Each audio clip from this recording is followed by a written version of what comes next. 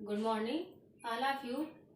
आज हम आपको अर्थालंकार के बारे में बताने जा रहे हैं। कल हमने आपको इससे पहले शब्दालंकार के बारे में बताया, उसके भेद के बारे में बताया।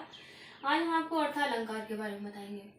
अर्थालंकार की कल हमने डिफिनेशन बताई थी कि जहाँ काव्य में अर्थ के माध्यम से चमत्कार उत्पन्न हो जाता है वहाँ अर्थालंकार होता है। देखा होगा कि जब कभी आप कभी कभी कोई काव्य पढ़ते हैं वो आपको ज्यादा रुचिकर नहीं लगता, उसके शब्द आपको प्रिय नहीं लगते, लेकिन जब आप उसके अर्थ को जानते हैं तो वो आपको और भी अधिक अच्छा लगता है, बहुत रुचिकर लगता है। अब अर्थालंकार में जब पढ़ेंगे तो जैसे उपमा अलंकार होता है, रूपक अलंकार होता है, संदेह होता है, उत्प्रेक्षा होता है और भी विभावना अलंकार होता है, कई अलंकार होते हैं। उन्हीं भेदों के बारे में हम थोड़ा थोड़ा करके पढ़ेंगे। सबसे पहले अलंकार पढ़ने से पहले हमें जान लेना चाहिए कि उपमेय क्या होता है और उपमान क्या होता है। तो उपमेय जो होता है जिससे हम तुलना करते हैं, जिससे हम तुलना करते हैं वो हमारा होता है उपमेय।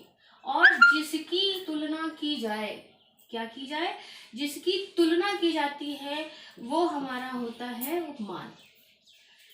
नेक्स्ट आप समझते हैं उपमा अलंकार।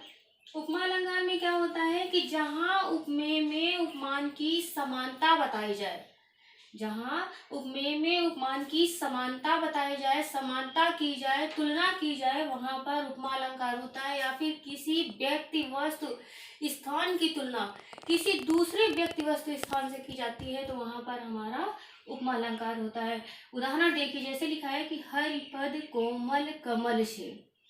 क्या लिखा है कि हरिपद कोमल कमल से।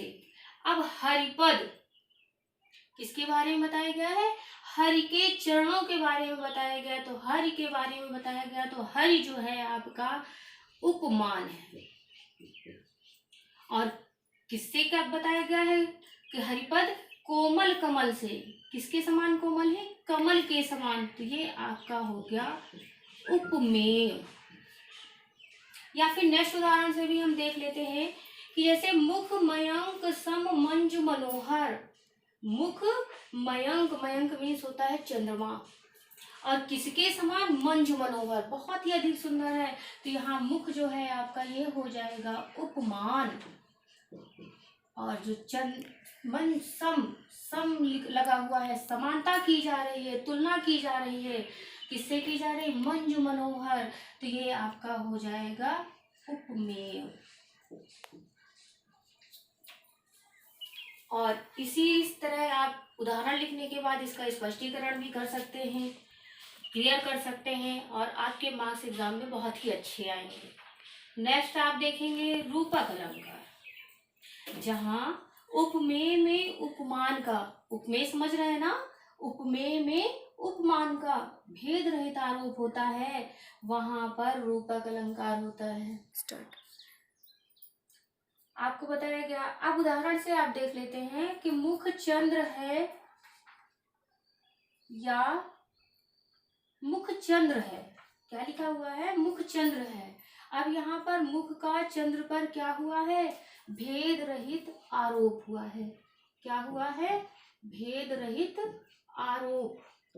तो भेद रहित आरोप होने के कारण यहाँ पर आपका रूपक अलंकार हो जाएगा। नेक्स्ट उदाहरण के माध्यम से भी आप देखते हैं कि चरण कमल बंदौ हरिराई। क्या लिखा हुआ है कि चरण कमल बंदौ हरिराई। यहाँ चरण का कमल पर निषेध रहित या फिर भेद रहित आरोप होने के कारण, कौन सा आरोप? भेद रहित। तो भेद रहित आरोप,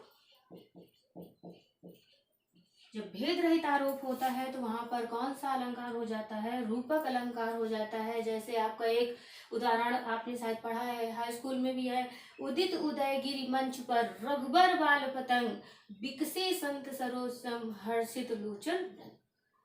नेक्स्ट आप देखेंगे उत्प्रेक्षा अलंकार। उत्प्रेक्षा अलंकार में इसकी एक और बहुत अच्छी पहचान होती है कि जहां पर जनहु मनहु, जानो जन जानो मन मानो, अगर ऐसे शब्दों का प्रयोग हो जाए तो वहां पर आपको तुरंत ही ये समझ जाना चाहिए कि वहां पर उत्प्रेक्षा अलंकार है। अब इसमें क्या है कि जहां उपमेय में उपमान की संभावना की जाए, जहाँ उपमेय में उपमान की संभावना की जाए वहां पर आपका उत्प्रेक्षा अलंकार होता है। उदाहरण आप देख लेते हैं। उदाहरण में क्या लिखा है कि सोहत ओढ़े पीतपट, सोहत ओढ़े पीतपटु श्याम सलोने गाद, मनहु नीलमणि शैल पर आतप पर प्रभात। सबसे पहले तो आप मनहु से ही तुरंत पहचान लेंगे कि जहां पर आपके शब्द आ जाएं, कौन से शब्द आ जाएं? जनहु, मनहु, जानो या फिर मानो, ऐसे शब्द भी आ जाते हैं। जनहु मनहु जैसे शब्द आ जाते हैं, जन जानो मन मानो जैसे शब्द आ जाते हैं, तो वहां पर आपका उत्प्रेक्षा अलंकार हो जाता है। नेक्स्ट आप देखेंगे संदेह अलंकार, जहां उपमेय में उपमान का संदेह किया जाता है। कोई व्यक्ति है, किसी दूसरे व्यक्ति को देखा, उसे क्या हो गया? संदेह हो गया। उसने कुछ क्लियर नहीं किया, लेकिन उसे उस पर क्या हो रहा है? संदेह हो रहा है। तो जहां उपमेय में उपमान का संदेह हो जाता है, संदेह किया जाता है, वहां पर संदेह अलंकार होता है। नेक्स्ट आप उदाहरण में देखेंगे कि लिखा हुआ है आपका, सारी बीच नारी है कि नारी बीच सारी है, कि सारी ही की नारी है कि नारी ही की सारी है। अब सारी बीच नारी है, क्या हो रहा है? सारी के बीच में नारी का संदेह हो रहा है, कि नारी के बीच में सारी है तो नारी के बीच में सारी है, इसका संदेह हो रहा है।